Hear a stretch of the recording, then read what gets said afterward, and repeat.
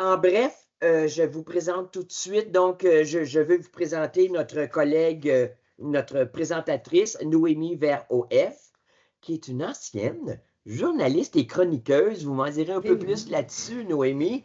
Donc, ancienne journaliste et chroniqueuse, Noémie Verhoef enseigne la philosophie au Cégep de Victoriaville depuis maintenant 12 ans. Elle a déjà enseigné aussi quelques années dans d'autres cégeps du Québec. Noémie possède un baccalauréat et une maîtrise en philosophie, de même qu'un diplôme associé au microprogramme d'insertion professionnelle en enseignement au collégial, le MIPEC. Conférencière et consultante en éthique du numérique, en pédagogie et en philosophie, Noémie offre également une formation à l'intention des enseignants et des enseignantes du collégial et de l'université pour les outiller à détecter et à encadrer l'usage de l'intelligence artificielle en enseignement supérieur.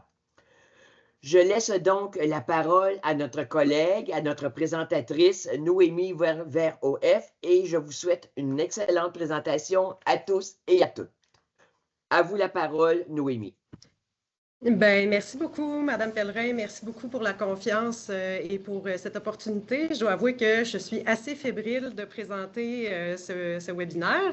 Je veux quand même préciser qu'il s'agit pour moi d'une façon de partager une expérience qui est vécue en classe et qui pourra être certainement un moyen, un tremplin pour des réflexions pour soit des collègues profs ou même CP. Mais je n'ai pas de prétention scientifique universelle et de grandes prétentions au niveau de... C'est ça, là, c'est un récit de pratique, donc je voulais quand même le dire pour...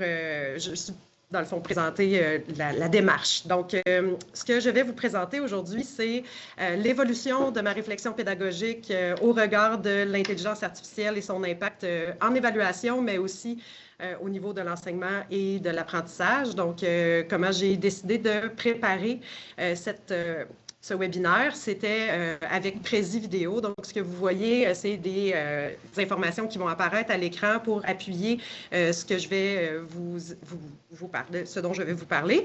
Mais il n'y aura pas de présentation en tant que telle à partager par la suite parce que, justement, c'est en quelque sorte directement intégré dans le module Prési. Donc, je ne sais pas comment je pourrais faire pour partager ça. Ce sera peut-être en réécoutant la présentation là, sur la chaîne YouTube que ce sera la meilleure façon d'avoir toutes les informations contenues dans le genre de diaporama. Donc, de la détection à l'encadrement, un changement de posture qui fait vraiment beaucoup de bien. Donc, comme la majorité d'entre vous, j'ai eu des petites frustrations quand l'IA est arrivée dans nos classes et particulièrement au moment d'évaluer. Donc, on va faire un tour d'horizon de comment les choses se sont déroulées et j'ai la chance, en fait, d'avoir un contexte pédagogique particulier dans le sens où je suis enseignante en formation générale.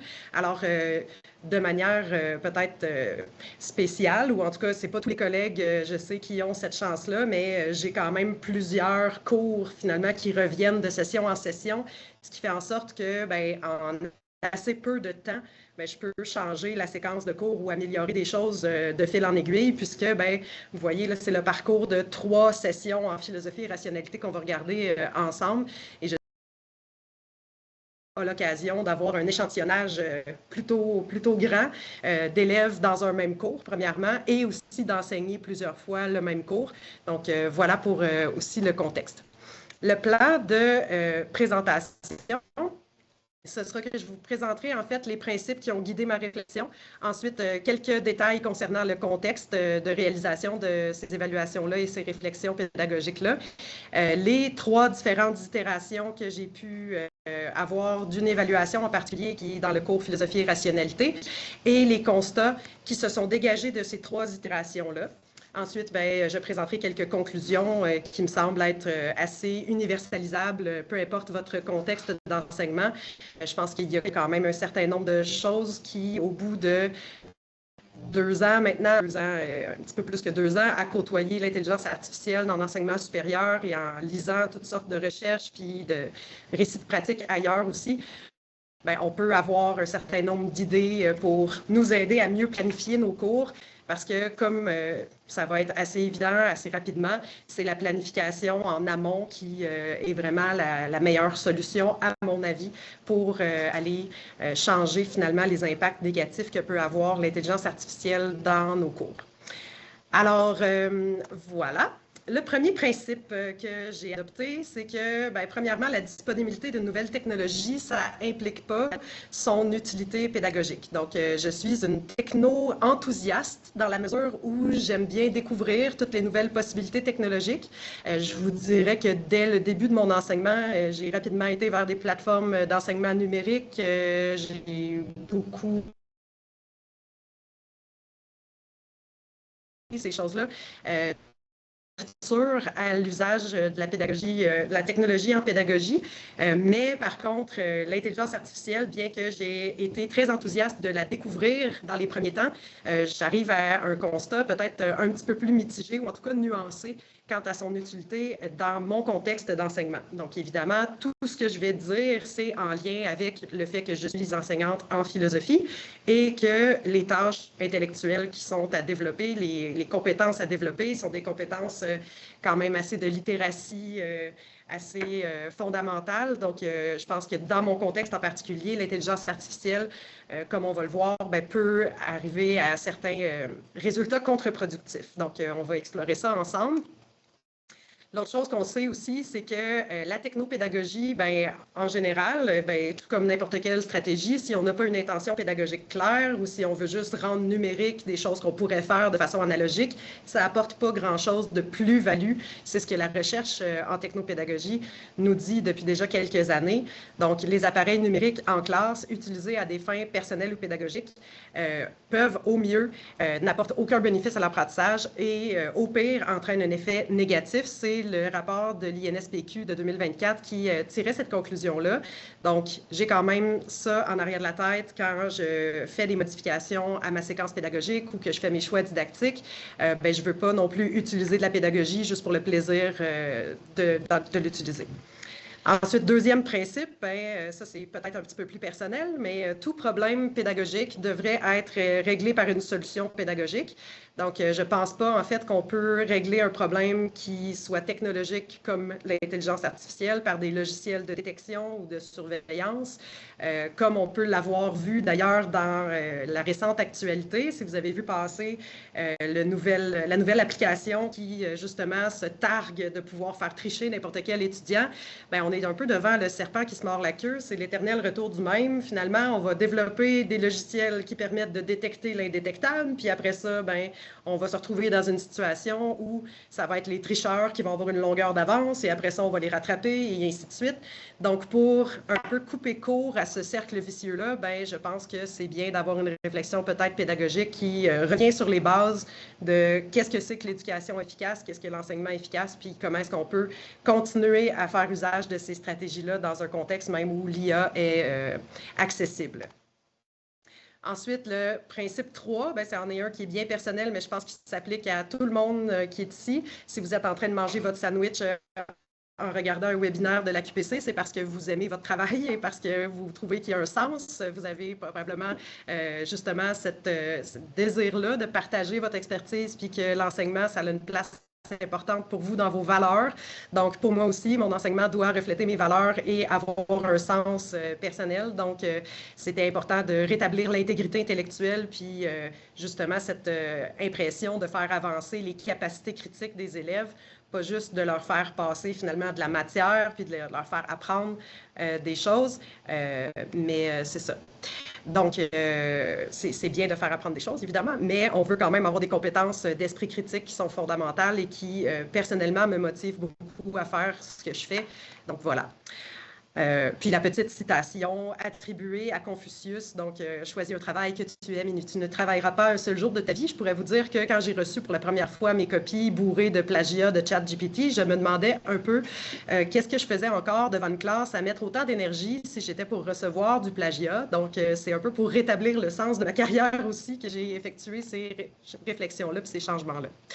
Dernier principe, l'authenticité des contextes d'enseignement et d'apprentissage, c'est important aussi pour créer un sens pour les élèves. Les élèves ont besoin de savoir pourquoi ils sont en train d'apprendre ce qu'ils apprennent, à quoi ça va leur être utile dans leur vie, sinon professionnelle, mais au moins citoyenne. Puis c'est vraiment ce sur quoi j'ai voulu centrer ma réflexion, comment est-ce que je vais pouvoir aider les élèves à mieux comprendre l'usage de l'IA, en faire un usage éthique aussi.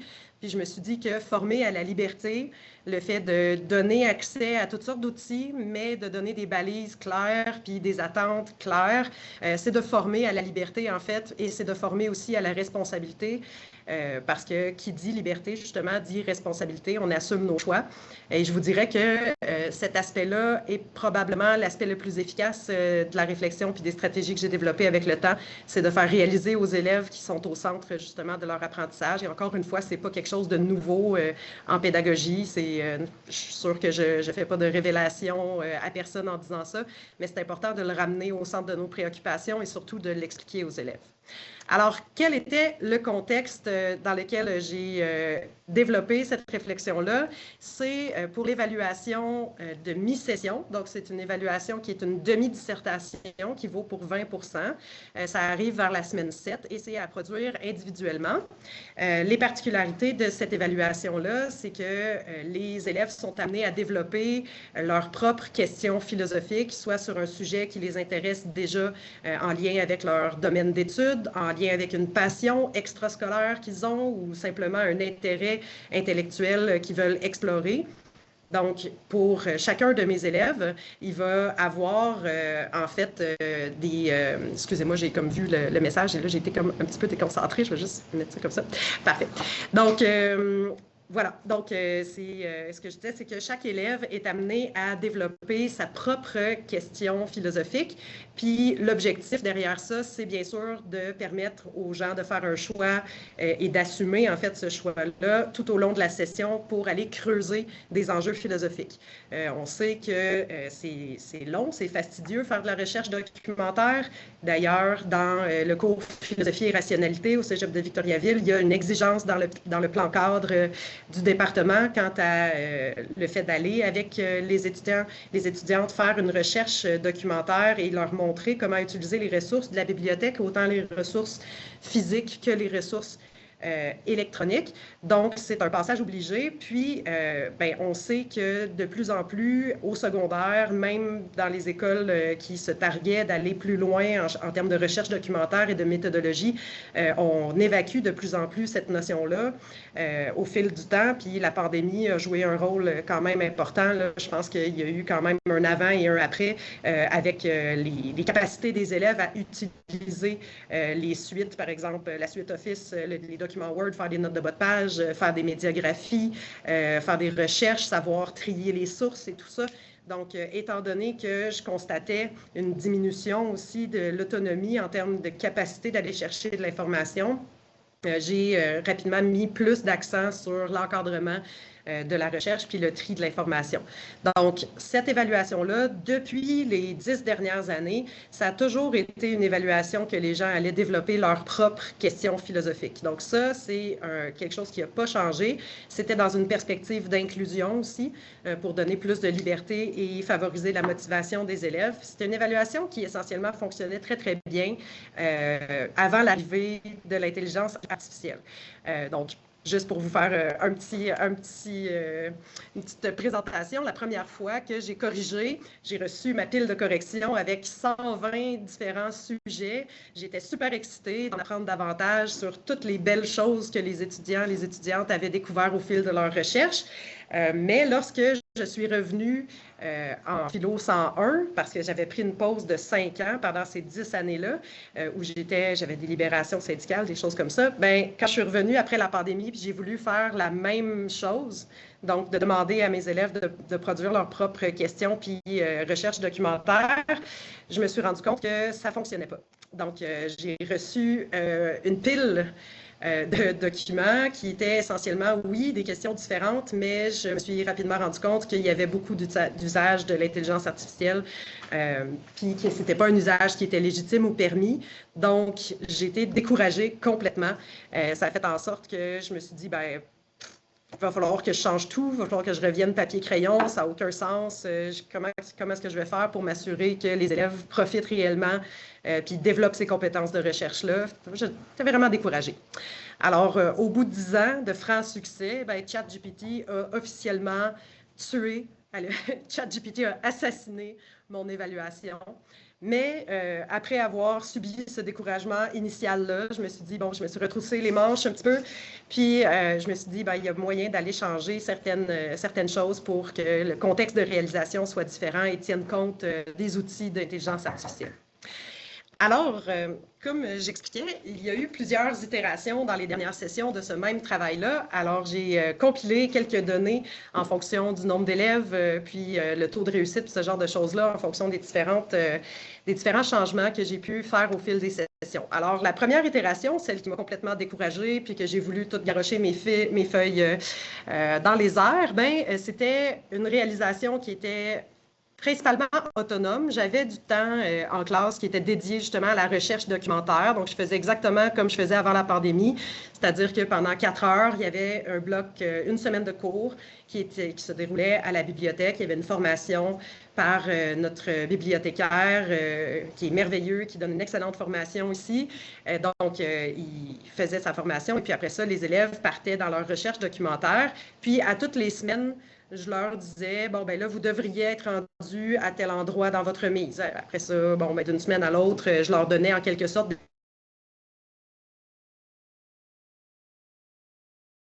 dédié à l'encadrement de ce travail-là. C'était essentiellement le devoir qu'ils avaient à compléter à la maison. Puis c'était à remettre sur Teams. Donc, c'était eux-mêmes qui téléchargeaient leurs documents sur Teams. Puis, ça avait une date de remise un peu classique, là, finalement. Le constat que j'ai eu à cette session-là, c'était à l'hiver 2024, c'était que sur 89 élèves, donc 3 groupes, j'ai eu 10 plagiats avec ChatGPT qui était assez évident. Donc, il y a un paquet de choses qui m'ont mis la puce à l'oreille. Puis quand j'ai partagé mes constats avec les élèves, avec des captures d'écran qui remontraient, par exemple, des mots qui revenaient énormément, les mêmes explications, les mêmes exemples, les mêmes références, etc., que ChatGPT ou Copilot me donnait, ben, la vaste majorité des élèves, sauf un, ont avoué avoir utilisé ChatGPT. Puis, j'ai pas été plus loin que ça dans, finalement, le fait de faire, comment je pourrais dire, des conséquences par rapport aux élèves, parce qu'à cette époque-là, c'est comme si ça faisait 1000 ans, ben, à cette époque-là, à l'hiver 2024, il n'y avait pas encore de procédure officielle au Cégep de Victoriaville quant à l'intégrité intellectuelle, puis la déclaration, oui, il y avait la possibilité de déclarer du plagiat, parce que le plagiat existe depuis toujours, mais il n'y avait pas de formation obligatoire sur l'intelligence artificielle et l'intégrité académique. Donc, les élèves qui plaidaient l'ignorance puis qui disaient « Ah, ben j'ai pas voulu plagier, j'ai pas fait exprès, etc. » Je me sentais plus interpellée pas mal par leurs arguments que maintenant, depuis l'automne, ben, il y a cette formation obligatoire. Puis, je suis moi-même beaucoup plus claire dans les usages qu'on peut faire de l'intelligence artificielle dans le cadre de la remise.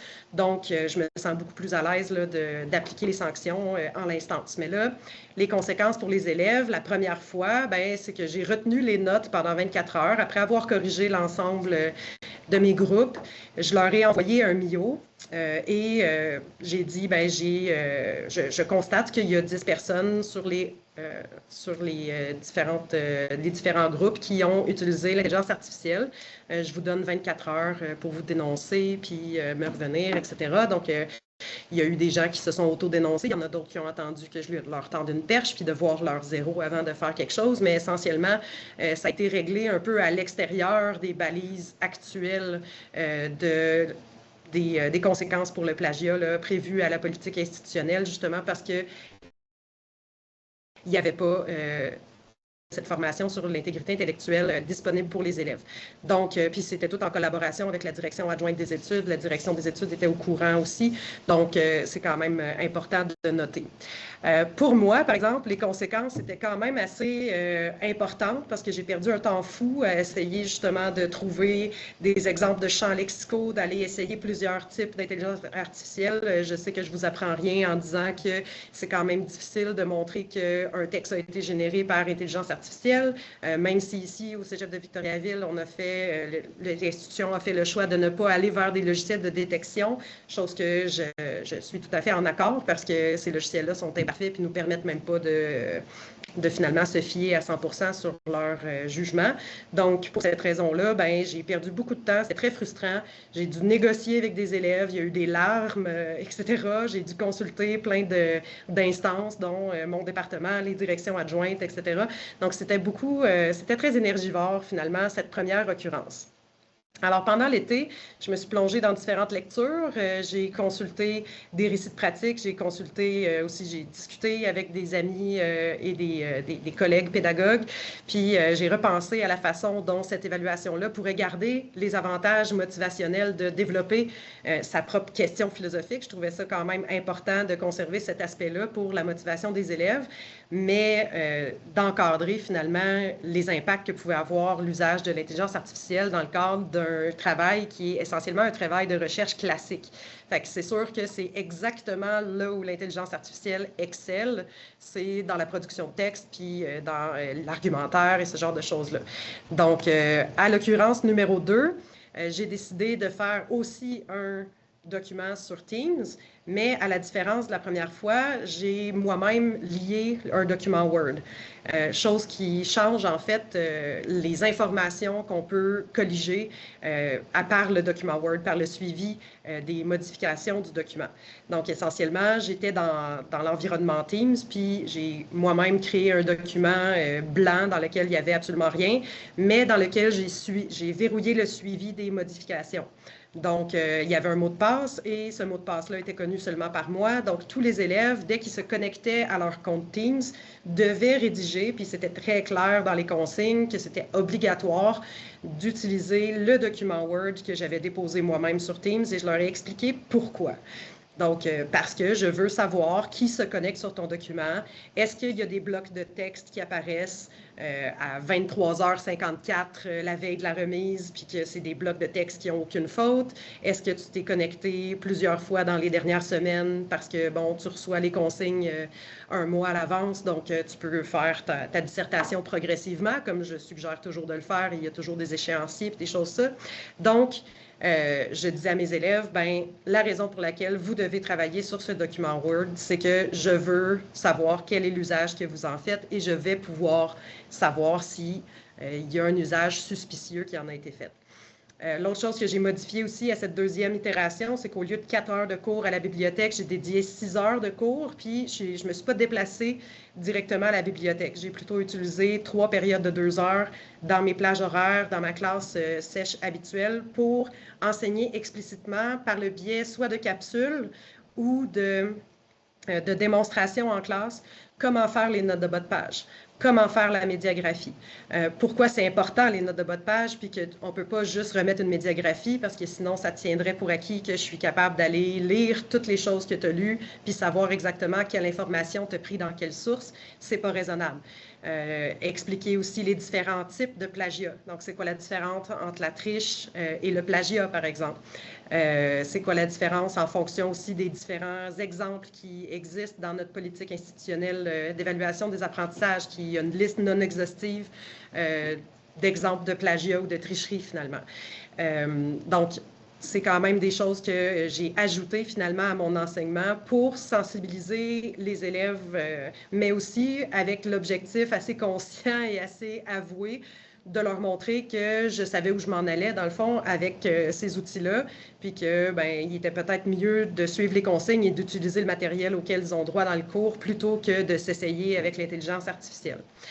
J'ai aussi introduit un journal de bord qui était à la fois distribué papier et par Teams, aussi dans un souci d'inclusion. Donc, les gens qui voulaient le remplir cours par cours papier, ben, ils pouvaient le faire. Si les personnes préféraient utiliser la version numérique, ils étaient aussi capables de le faire en version numérique.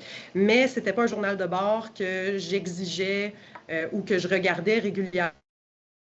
C'était plus d'enseignement explicite, de dire ben, tu devrais être rendu au point 4.8 cette semaine de ton journal de bord, est-ce que ça va bien, etc.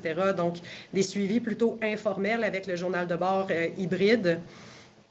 Donc, voilà. Et l'autre chose, je pense que la chose qui a eu le plus d'impact pour cette itération numéro 2, c'est la signature d'un contrat sur l'intégrité intellectuelle. Fait que chaque élève, au moment où j'ai distribué les consignes, recevait un contrat dans lequel il était explicité les usages qui étaient permis. Donc, je leur ai dit, à l'extérieur des 3 usages qui sont détaillés ici, et ça leur donnait accès à la manière de référencer aussi. Si vous utilisez, par exemple, le robot conversationnel de chat d'OpenAI, ChatGPT, vous devez le référencer de telle façon.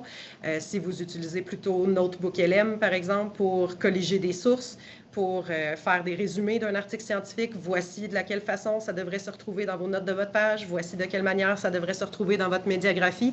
Donc, c'est vraiment, je pense, ce contrat-là qui a permis d'expliciter à la fois pour moi-même mes critères et ce que je trouve qui est légitime pour les étudiants, quel est l'usage légitime pour les étudiants et étudiantes, dans le contexte où c'est leur premier cours de philosophie, c'est la première fois qu'ils font une recherche documentaire et je veux que ce soit une production originale et authentique.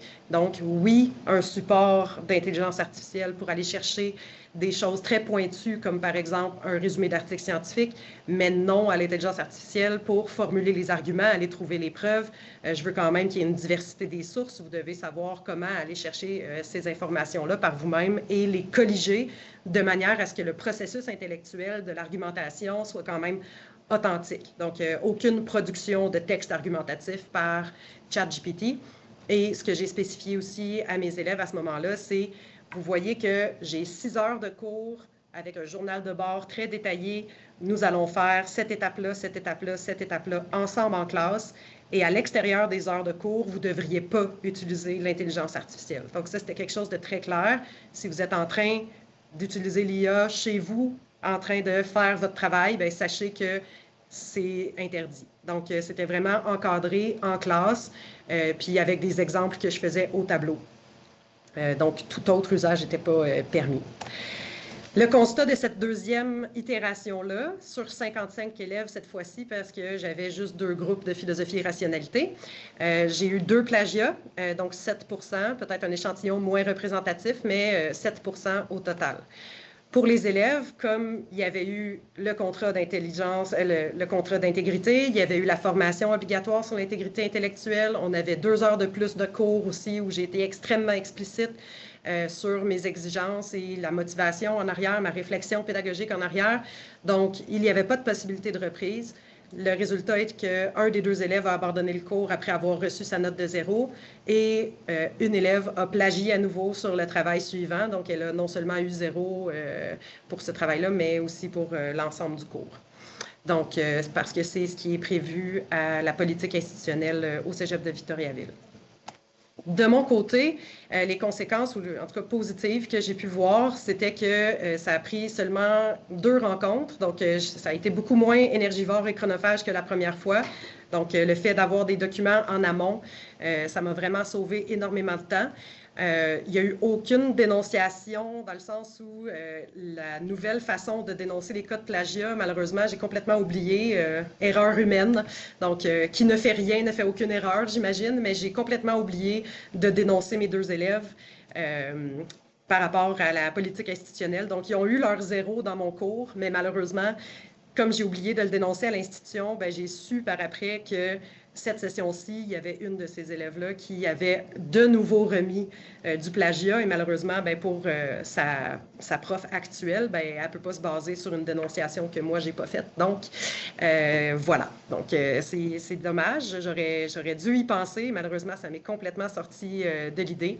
Mais c'est quand même important, finalement, de dénoncer officiellement pour qu'il y ait un suivi puis un registre puis que les cas problématiques de plagiaires récidivistes comme ça, donc tu sais, c'est la même personne qui a plagié une première fois, s'est reprise dans une autre évaluation, a plagié une deuxième fois et a replagié dans son cours suivant.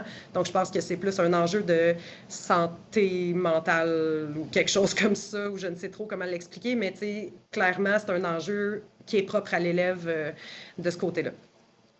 Troisième itération, c'est cette session-ci. Donc, les données sont imparfaites vu que la session n'est pas terminée encore, mais cette évaluation-là a eu lieu et j'ai terminé de la corriger. Donc, la réalisation a été le même contexte que la session dernière avec le Canva Word verrouillé, encore une fois avec les 6 heures de cours. J'ai introduit aussi des capsules théoriques en classe inversées. Donc, pour dégager du temps de classe, justement parce que je faisais plus d'encadrement directement là, avec les élèves qui arrivaient avec leur portable pour les aider à formuler leurs arguments, pour surveiller, à savoir s'ils étaient en train de poser des questions à l'intelligence artificielle alors que ce n'était pas le moment, que ce n'était pas permis. J'ai dû dégager finalement des heures théoriques où je parlais de l'histoire de la philosophie, par exemple, puis faire des capsules de classe inversée pour que les devoirs à la maison soient déjà réalisés puis qu'on arrive en classe avec des activités d'apprentissage concrètes. Donc, je n'ai pas inverser l'ensemble de ma séquence, dans le sens où j'ai quand même fait des cours théoriques sur l'histoire de la philosophie en classe, mais j'ai dégagé à peu près 6-7 heures de cours magistral en faisant quelques capsules ici et là et en exigeant que les élèves le voient à l'avance. Ça permettait aussi, ces capsules-là, lorsqu'ils étaient méthodologiques, aux élèves qui étaient absents pour des raisons médicales ou simplement parce qu'ils ne s'étaient pas pointés à ce cours-là, d'avoir accès aux explications méthodologiques qui expliquaient justement les notes de bas de page, l'importance du référencement et tout ça. Donc, même les absents avaient nécessairement tort parce qu'ils avaient accès à des capsules pour reprendre ce matériel-là. Donc, moi, ça me permet d'avoir une posture plus, comment je pourrais dire, plus tranquille en sachant que les personnes étudiantes, même dans le cadre de leur absence au cours, ils allaient être en mesure de pouvoir reprendre les informations importantes, puis ils n'allaient pas pouvoir avoir l'excuse de « Ah, je n'étais pas là au cours où vous avez vu les notes de bas de page, donc je n'ai pas été en mesure de le faire comme il faut, je ne le savais pas, etc. » Donc, ça, c'est aussi quelque chose qui m'a permis de dormir sur mes 2 oreilles. Ensuite, l'IA était permise aussi pour la prospection d'arguments et pour résumer des articles scientifiques. Donc, c'est la même quantité d'IA, finalement, qui était permise à cette 3e itération qu'à la session d'automne passée. Sur 118 élèves, cette fois-ci, j'ai eu 4 plagiats, donc 3,3 %. Donc, on a une diminution de session en session, quoique la session dernière, comme je vous disais, j'avais seulement 55 élèves. L'échantillonnage est donc un petit peu moins représentatif. Mais il y a 2 élèves qui ont obtenu 0 et qui ont été dénoncés. Cette fois-ci, je n'ai pas oublié de remplir le formulaire. Donc, ils ont été dénoncés pour que le suivi soit fait après auprès de leur API. Il y a 2 élèves qui ont pu ajouter leur note de bas de page correctement après la rencontre parce qu'ils m'ont démontré, après la rencontre qu'on a eue ensemble, parce qu'ils m'ont démontré qu'ils ont eu un bug avec le document Word et j'avais le suivi des modifications et ils avaient leur note de bas de page dans leur document, mais celui qui m'a été transmis n'était pas le bon pour des raisons que je ne comprends pas, mais c'était les notes de bas de page avec le suivi des modifications à la date adéquate. Puis c'est 2 élèves qui se connaissent, là, donc j'ai l'impression qu'ils ont utilisé la même façon de remettre leurs documents, ou je ne sais pas trop. C'est un peu mystérieux, mais il y a quand même la date de suivi de modification qui me permet de dire, bon, il y a peut-être eu un bug technique là, donc je leur ai permis de rajouter les notes de bas de page pour éviter le plagiat, parce que contrairement aux 2 élèves qui ont obtenu 0, c'était pas un passage complet, par exemple, la moitié de la dissertation qui aurait été faite par l'IA ou des choses comme ça. C'était vraiment un problème de référencement qui était ciblé d'ailleurs au dernier paragraphe qu'ils avaient rédigé. Tous les autres paragraphes étaient bien référencés. Donc là, j'ai eu un petit peu pitié là, de mes pauvres élèves qui avaient été présents à tous les cours aussi. Donc, tu sais, c'est bien d'avoir un petit jugement, je pense. Il y a quand même des exceptions, puis il y a quand même des personnes qui peuvent être victimes de bugs technologiques. Je pense que ça existe, mais bon. Les conséquences pour le prof. Donc, moi, j'ai eu très brève rencontre avec les élèves. Pourquoi très brève? Parce que les 2 qui avaient plagié des grandes parties avec ChatGPT, je leur ai simplement demandé, moi, je pense que c'est l'utilisation de l'IA que tu n'avais pas le droit. Tu te souviens que tu as signé, puis là, je leur ai montré leur journal de bord, tu as signé le document. Est-ce que tu affirmes que tout ça, c'est toi qui l'a rédigé? Puis les 2 m'ont dit non, j'ai plagié, fait qu'il n'y a pas eu de problème. Ça a duré à peu près 2 minutes. Après ça, il y a eu les 2 dénonciations auprès du service des études, comme je vous ai dit tantôt. 4 rencontres en lien avec le plagiat et une que c'était, je vous parle d'un cas particulier, c'était un de mes élèves internationaux qui a utilisé ChatGPT comme un tuteur en français.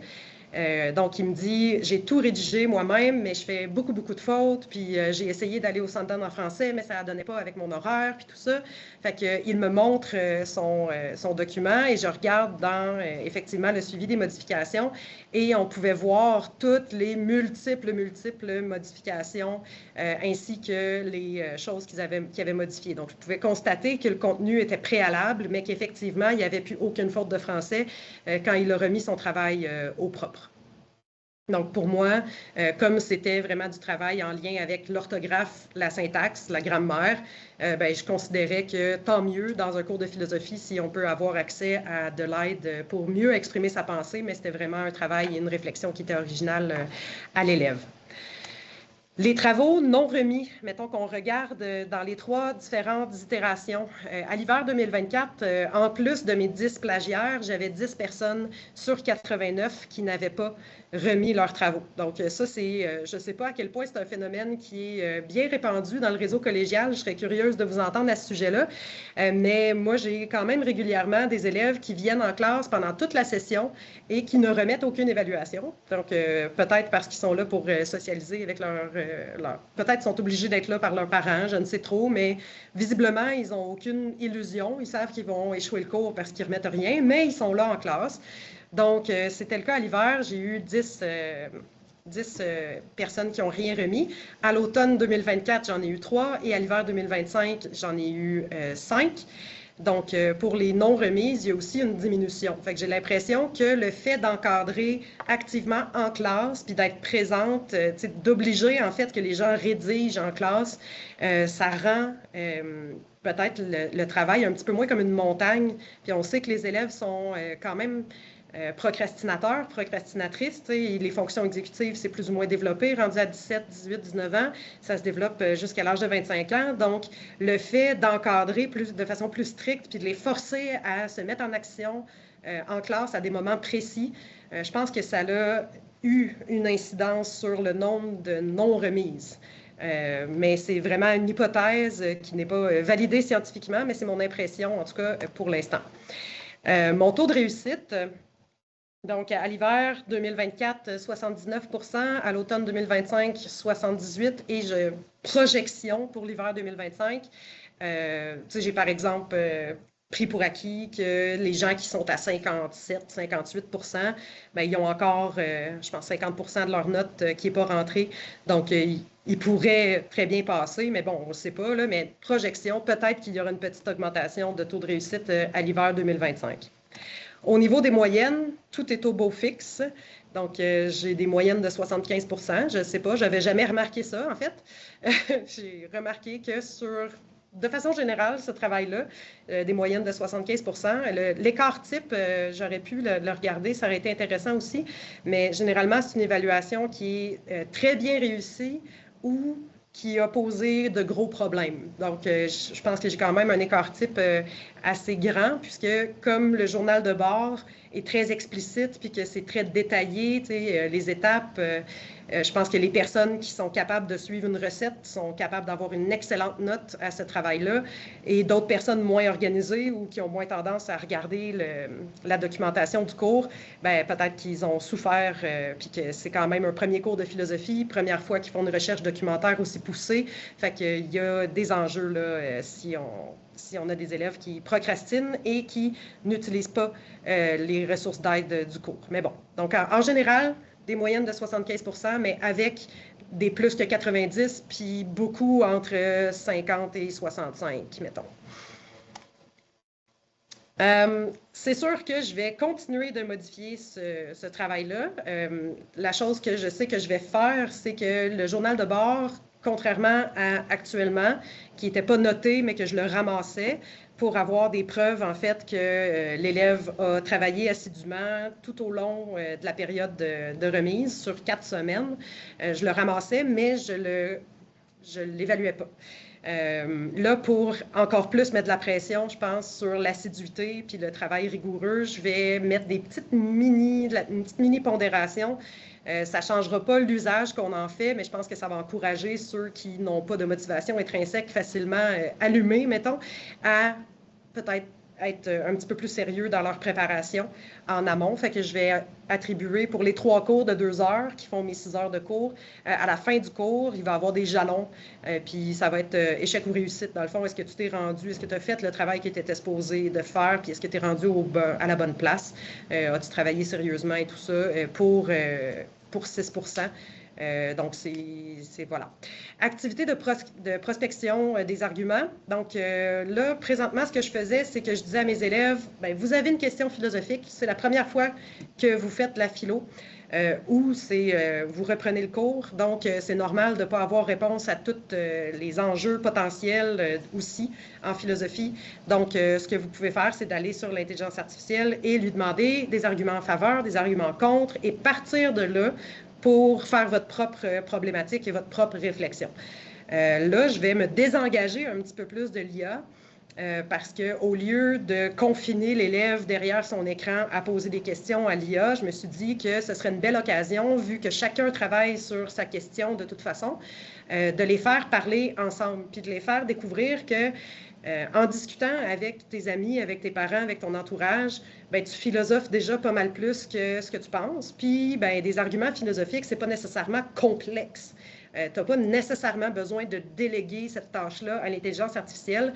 Moi, j'enseigne depuis, justement, comme je vous disais tantôt, 10 ans, cette façon-là de développer une question philosophique. Puis avant l'IA, les gens réussissaient très, très bien ça. Donc, ils sont encore capables de faire la problématisation, mais c'est peut-être juste de leur montrer qu'il faut se faire confiance, il faut avoir une certaine tolérance à l'ambiguïté aussi, puis avoir une certaine tolérance à ses propres essais et erreurs. Donc, ce que je veux faire, c'est de prendre un moment de ces 6 heures de cours-là où les élèves vont être amenés à faire une espèce de petit World Café où ils vont aller butiner des questions avec leurs questions. Ils vont aller butiner des arguments pour et contre avec leurs collègues. Donc, au lieu d'utiliser l'intelligence artificielle. Quelques conclusions bien humbles, encore une fois parce que c'est bien précis à mon contexte.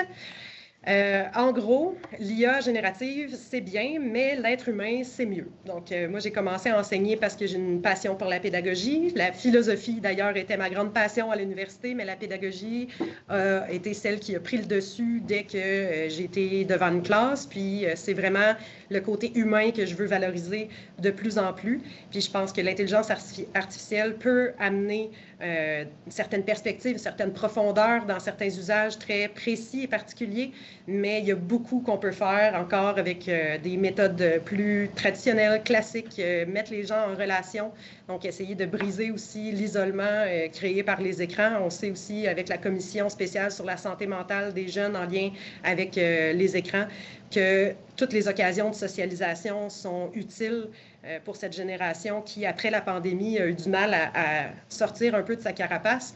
Donc, je veux aussi miser davantage là-dessus. Au fil des itérations, j'ai donc choisi de laisser de moins en moins de place à l'IA pour des raisons pédagogiques que je vous ai expliquées, mais aussi pour des raisons politiques dans lesquelles je ne me lancerai pas ici parce que ce ne serait pas l'occasion. Mais on sait que les grands modèles de langage et les grandes compagnies derrière les IA les plus utilisées ne sont pas nécessairement des plus transparentes et des plus éthiques non plus. Donc, en ayant une préoccupation, puis je parle aussi de ces préoccupations-là politiques et environnementales pour sensibiliser mes élèves à l'usage de l'intelligence artificielle aussi dans leur propre quotidien, dans leur propre vie. Je souhaite faire plus de réflexion collective en classe. Donc, comme je vous ai dit, pour avoir moins d'IA générative, favoriser la socialisation, leur montrer aussi que, justement, ils peuvent avoir confiance en leur capacité, augmenter leur sentiment d'efficacité personnelle, parce qu'en faisant des expériences que dans le domaine, dans la théorie du sentiment d'efficacité personnelle, on appelle des expériences vicariantes, c'est-à-dire quand on compare quelqu'un qu'on considère être notre égal, comme par exemple un autre élève, réussir, quand on le voit réussir, ben, on est en mesure de réussir par nous-mêmes un petit peu mieux. J'y arrive tout près de la fin. Le fait de miser sur l'encadrement individuel, l'enseignement explicite aussi, puis la différenciation pédagogique, ça responsabilise l'élève face à réussite. Je pense que ça l'a coupé court à énormément de rencontres de négociations, puis de flou autour des différentes excuses qu'on pouvait me servir au début quand les étudiants disaient qu'ils plaidaient l'ignorance puis disaient « Ah, je ne savais pas que je n'avais pas le droit de faire ça ». Faire usage aussi de la surveillance passive plutôt que la surveillance active. Donc, au lieu, je ne vais pas enregistrer l'écran de mes élèves, mais je vais activer le suivi des modifications, par exemple. Donc, si je n'ai pas de doute sur l'intégrité de la personne, si je l'ai vu travailler comme il faut dans son document, je n'ai pas de raison d'aller fouiller dans son usage de son ordinateur, puis d'aller compromettre la sécurité de ses données ou sa vie privée. Donc, voilà. Je pense que c'est préférable. Mais il ne suffit pas de bannir l'IA pour garantir l'intégrité des évaluations, parce qu'en l'absence de changement en amont de nos évaluations, bien, on peut se retrouver avec de la triche quand même. Des personnes qui vont avoir utilisé l'IA, par exemple, pour faire leur plan de rédaction de dissertation, puis même si la dissertation elle est faite à la main en classe, ils peuvent avoir fait l'ensemble de la préparation par l'IA, puis avoir appris par cœur, parce que oui, les élèves trouvent que c'est plus simple d'apprendre une dissertation de philosophie par cœur que de comprendre la logique en arrière, puis de faire le travail en amont. Et comme toujours, ben, il faut avoir un objectif pédagogique clair et transparent pour intégrer un outil dans notre enseignement. Ce que je montrais ici, c'est un petit meme que j'ai créé. Donc, au lieu de permettre aux élèves d'utiliser l'IA à toutes les sauces pour être cool, ben, il vaut mieux préciser notre intention pédagogique et trouver des utilisations légitimes dans notre contexte d'enseignement.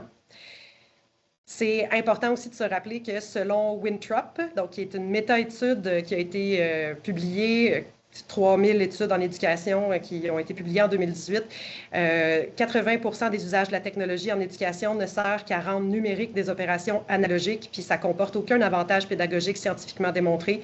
Par exemple, utiliser une tablette au lieu d'un papier puis d'un crayon, ça ne change rien dans le processus d'apprentissage, nous disent les scientifiques. Donc, au contraire, il y a même des pays comme des leaders pédagogiques comme la Suède et la Norvège qui retournent à plusieurs activités. Ils sortent les télés, ils sortent les tableaux interactifs et les tablettes, les ordinateurs portables des classes, particulièrement aux écoles primaires et secondaires. Donc, c'est quand même bien de se poser la question. Et ce que je voulais montrer aussi, c'est que pour changer finalement une évaluation, finalement, je vais le montrer un petit peu plus en gros ici, là. Pour changer une évaluation, lorsqu'on a des préoccupations sur l'intégrité dans une évaluation, bien, il faut partir du début de la séquence. Donc, il faut repenser nos choix didactiques. Qu'est-ce que je vais enseigner, à quel moment, pourquoi, nos méthodes pédagogiques, comment je vais leur enseigner, puis comment est-ce qu'ils vont se l'approprier. Puis peut-être que l'intelligence artificielle peut être utile en amont davantage que pendant les évaluations, dépendamment de vos contextes. Ensuite, le retour au papier au crayon, ça ne va pas non plus régler tous les problèmes, puis ça va poser d'autres enjeux, mais c'est quand même préférable, selon moi, à fermer les yeux. Parce que là, présentement, si on a des populations étudiantes, puis on voit les sondages passer, là, 50% de la population étudiante a déjà triché, des choses comme ça, ben, on a besoin surtout d'arrêter ce phénomène-là endémique de triche. Si pour vous, c'est préférable de revenir à une évaluation papier-crayon en classe, je pense qu'il n'y a personnellement en tout cas, je pense qu'il n'y a aucun mal à ça, puis que c'est de loin préférable à juste continuer de demander des remises sans faire les vérifications. Puis au final, c'est ma croyance, encore une fois, la relation pédagogique, c'est encore notre meilleur allié contre la triche. Je pense qu'en ayant plus de temps d'encadrement individuel en classe, mais individuellement, ça m'a permis de développer une meilleure compréhension de l'évolution puis du processus d'apprentissage de mes élèves. Puis ça rend ça d'autant plus gênant de remettre du plagiat lorsque tu sais très bien que la prof, elle a passé 6 heures à encadrer puis à te montrer où sont les trémas sur ton clavier au besoin quand tu faisais ta médiagraphie, mettons. Donc, merci de votre participation et je vous souhaite une excellente fin de session. Puis je suis pas là, terminé, parce qu'il y a beaucoup de questions qui sont posées, ma chère Noémie. Parfait. Je suis prête pour les questions, les commentaires, les échanges. C'est une présentation qui interpelle les gens. Entre autres, moi qui m'interpelle, comme je te disais, j'ai beaucoup travaillé là, sur la notion de plagiat. Tu as une approche un peu différente de la mienne, effectivement, mais je trouve ça très intéressant de t'entendre. Et c'est ça, il y a des questions qui ont été posées. Alors, merci tout d'abord énormément là, pour cette présentation-là. Alors, je vais aller dans le module Q&R. Entre autres, il y a Anne Kafka qui a été la première à poser la question. Et un instant, j'essaie d'y arriver. OK, parfait. Alors, c'est ça, il y a beaucoup de questions. Alors, elle, Anne Kafka, voudrait en savoir un peu plus sur la formation obligatoire qui est donnée à ton collège sur l'intégrité intellectuelle. Qui la donne? Quels sont les contenus? Est-ce que c'est obligatoire pour certaines personnes, etc. Il nous reste 9 minutes et il y a beaucoup de questions. Je te laisse y répondre. J'y vais rapidement. En fait, c'est une formation qui a été montée par l'équipe pédagogique du service des études, particulièrement un conseiller technopédagogique qui a travaillé là-dessus, qui met en scène différents élèves et différents cas de figure, puis où il y a finalement une explication de ce qui est attendu en termes d'intégrité intellectuelle, d'usage de l'intelligence artificielle au cégep. Donc, c'est une formation qui n'est pas obligatoire dans le sens où elle est obligatoire, mais il n'y a pas un processus qui permet de dire à 110%, à moins que je me trompe, mais aux dernières nouvelles, c'était pas une formation qui devait, par exemple, être faite pour pouvoir accéder au portail Omnivox ou des choses comme ça. C'est une équipe Teams dans laquelle sont ajoutés tous les nouveaux élèves et les élèves doivent faire la formation sur Teams en amont quand ils s'inscrivent au cégep de Victo. Donc, voilà. Pour le reste, là, le détail, je ne pourrais pas donner beaucoup d'informations, mais c'est nouveau de l'automne 2024. Merci, Noémie. Deuxième question qui vient d'Annick Lavallée, qui animait d'ailleurs notre webinaire de la semaine passée sur l'IA et l'ARAC et le plagiat. Alors, merci, Annick, pour ta question. Elle dit, lorsque vous avez détecté le plagiat, que vous avez dû mettre la note 0, il s'avérait, selon vous, d'une évidence en tant que telle. Dans d'autres cas, comment agissez-vous lorsque la personne n'admet pas avoir utilisé l'IA, mais que le doute est toujours présent pour vous comme enseignante, sachant aussi qu'il y a un risque d'accuser peut-être à tort quelqu'un qui à tort, ça serait dommage, ça aussi. Comment réagissez-vous? En fait, la seule fois où j'ai dû gérer des personnes qui ont nié, c'est à la première itération à l'hiver 2024. Qu'est-ce que j'ai fait après avoir permis aux gens de s'auto-dénoncer puis tout ça, c'est que j'ai créé un formulaire un peu comme un contrat, mais rétroactif. Je rappelais qu'est-ce qui était les exigences, qu'est-ce qu'il y avait le droit de faire ou pas avec l'intelligence artificielle, parce que c'était quand même présent dans les consignes, même s'il n'y avait pas eu de contrat en amont. Fait que je rappelais les consignes. Après ça, je faisais un copier-coller du passage qui m'apparaissait très douteux, avec je surlignais les mots, par exemple, d'un vocabulaire qui me semblait très... un vocabulaire universitaire, là.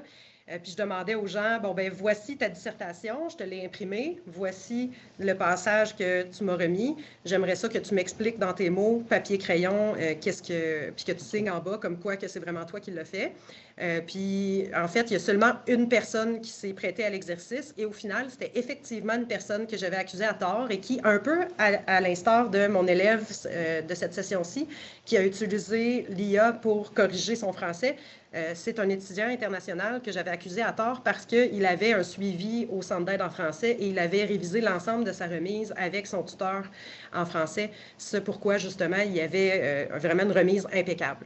Fait que ce que je trouvais louche, là, en fait. Fait que c'est ça. Donc, j'avais, en fait, fait une espèce de petit document personnalisé selon ce que j'avais trouvé étrange. Puis, en voyant le document, tous ceux qui avaient triché, en fait, ont fait comme non, moi je signe pas ça, parce que j'avais mis le nom de leur API, toutes ces affaires-là aussi dessus, fait que ça faisait comme un peu formel et épeurant, là, le document. Fait que les gens n'ont pas voulu se prêter à l'exercice, sauf un qui était effectivement un faux positif. Ouais. OK. Un peu dans le même ordre d'idée, c'est Karine Dehaye qui pose la question. Elle dit, si je comprends bien, vous êtes la seule à juger si un devoir a été réalisé ou non avec l'IA. Et c'est vous aussi la seule qui décide de la sanction à octroyer ou non. Quel est alors le rôle des personnes responsables de l'intégrité dans votre cégep? Est-ce que vous vous mettez à risque de contestation, même légalement? C'est une bonne question. En fait, la procédure qui est en vigueur au cégep, premièrement, tout ce qui est en lien avec le contenu puis l'évaluation, ça, c'est c'est dit dans les conventions collectives des enseignants, des enseignantes aussi, les enseignants sont responsables de l'évaluation puis de porter un jugement sur l'atteinte de la compétence. C'est les seuls qui peuvent faire ça. Donc, c'est normal qu'en tant que titulaire d'un groupe, ben, je sois la seule qui porte un jugement sur l'atteinte de la compétence et donc sur les évaluations. Il n'y a pas quelque chose d'exceptionnel là non plus. La façon que ça fonctionne au cégep, c'est que si l'élève, une fois que moi je constate que j'ai des raisons suffisantes de croire qu'il s'agit d'un plagiat, je mets le 0. Je rencontre l'élève en amont pour lui expliquer ce que je trouve et tout ça. S'il y a à contester, il doit faire une demande de révision de notes auprès de son API. Donc, c'est ce qui est prévu à la procédure là, institutionnelle. Puis à ce moment-là, s'il fait une demande à son API et qu'effectivement on va de l'avant, bien, on va former un comité de révision avec 2 autres enseignants de philosophie aussi pour réviser le travail. D'accord. Il y a Gino Arsenault qui pose la question, mais je ne sais pas si on peut y répondre directement. Est-ce que vous avez des conseils pour la formation à distance comparativement à une formation qui est offerte en classe? Bien, c'est sûr que la formation à distance a des enjeux qui sont vraiment différents. Ceci dit, ce n'est pas parce qu'on est à distance qu'on ne peut pas être en synchrone. Donc, il y a peut-être de l'encadrement synchrone où est-ce que même les élèves pourraient partager leur écran dans le cadre de leur propre rédaction ou des choses comme ça. Le suivi des modifications verrouillées, déposées dans Teams, ça fonctionne très bien à distance aussi. Vite de même, c'est les 2 choses que je pourrais dire là-dessus, mais on pourrait en discuter longuement, effectivement. OK. Il y a Karine Vigneault qui pose la question suivante. Elle demande, elle dit, elle s'adresse à vous, à vous Noémie, mais aussi peut-être à tout autre enseignement de philo qui est présent actuellement. Le devis ministériel des cours de philo impose la rédaction d'une dissertation de longueur différente selon le cours, mais pas nécessairement en évaluation terminale. Est-ce qu'il serait envisageable de faire un autre type d'évaluation finale pour éviter l'utilisation de l'IA? Bien, tout à fait, mais il faut changer, comme c'est l'évaluation finale, évidemment, c'est une prérogative départementale, donc il faudrait que le département en question s'entende sur une évaluation, puis que ça garantisse l'équité puis l'égalité, dans le fond, pour l'ensemble des cours où ce plan cadre-là s'applique. Mais effectivement, c'est quelque chose qui est tout à fait possible selon les devis de philosophie, ouais. Bon, il y a quelqu'un qui disait, bon, c'est un commentaire de Karine où elle met en lien un article paru sur Radio-Canada. J'imagine que cet article-là, on parle de vous aussi, Noémie, dans cet article-là, une professeure de philosophie, bon, etc. Alors, on ira lire ça. Merci, mais il y avait quelqu'un qui posait une question dans le chat. J'essaie de la retrouver. Un instant, ça ne sera pas long. Il me semble que, bon, je crois que là, je l'ai perdu. Écoutez, moi, je vous posais des questions. Je vais seulement vous en poser une, vu qu'il nous reste 1 minute. À quel point toutes les actions que tu as mises sur pied pour contrer la tricherie et le plagiat dans tes cours, je sais que, bon, tu as dit que tu faisais aussi, bon, de la classe inversée, mais est-ce que ça empiète sur le temps que tu mets à faire de la philo avec tes étudiants? Ben, je pense que non, mais ça dépend de qu'est-ce qu'on définit comme étant la philosophie, là, mais je pense que d'user de son esprit critique pour comprendre le monde, c'est une des premières choses, puis c'est peut-être la chose la plus importante dans les cours de philosophie. On veut que les gens aient un esprit critique citoyen aussi. Fait que le fait d'explorer avec eux les limites, les avantages, les inconvénients, puis les impacts aussi moraux de l'intelligence artificielle, quand que je leur explique mes motivations pédagogiques, lorsqu'on a des discussions, des débats autour de l'intégration de la technologie en classe, des choses comme ça, ou même lorsque je leur enseigne à faire la recherche documentaire traditionnelle en allant utiliser des banques de données scientifiques. Je pense que ça rentre dans qu'est-ce que c'est faire de la philosophie en 2025 aussi. Là. Mais je n'ai pas coupé de matière, si c'était ça la question sous-entendue. J'ai vraiment créé en fait des capsules pour de la matière qui me semblait assez facile à transposer en classe inversée. Un gros merci, Noémie. J'ai beaucoup de félicitations qu'on retrouve dans l'espace de clavardage. Et dans le document de clavardage que je vais transmettre aux gens, je vais aussi inclure les questions qui ont été posées parce que je pense qu'elles peuvent s'avérer utiles là, pour tout autre pour les autres personnes qui voudront regarder aussi la vidéo qui va être offerte en différé. Alors, merci Ben Noémie. oui. Je ne sais pas si vous allez au colloque de la QPC en juin prochain. Si oui, j'espère Ben, avoir le plaisir de vous rencontrer. J'y serai comme probablement d'autres participants. Alors, merci tout le monde pour parfait. votre Avec grand plaisir. participation, votre écoute. Oui, tu voulais ajouter Puis, quelque en chose? fait, oui, je voulais simplement inviter les gens, si vous avez envie de poursuivre la discussion, si vous avez envie de jaser, je pense que je suis parlable dans la vie, puis je suis sur Blue Sky et sur LinkedIn si vous souhaitez me retrouver.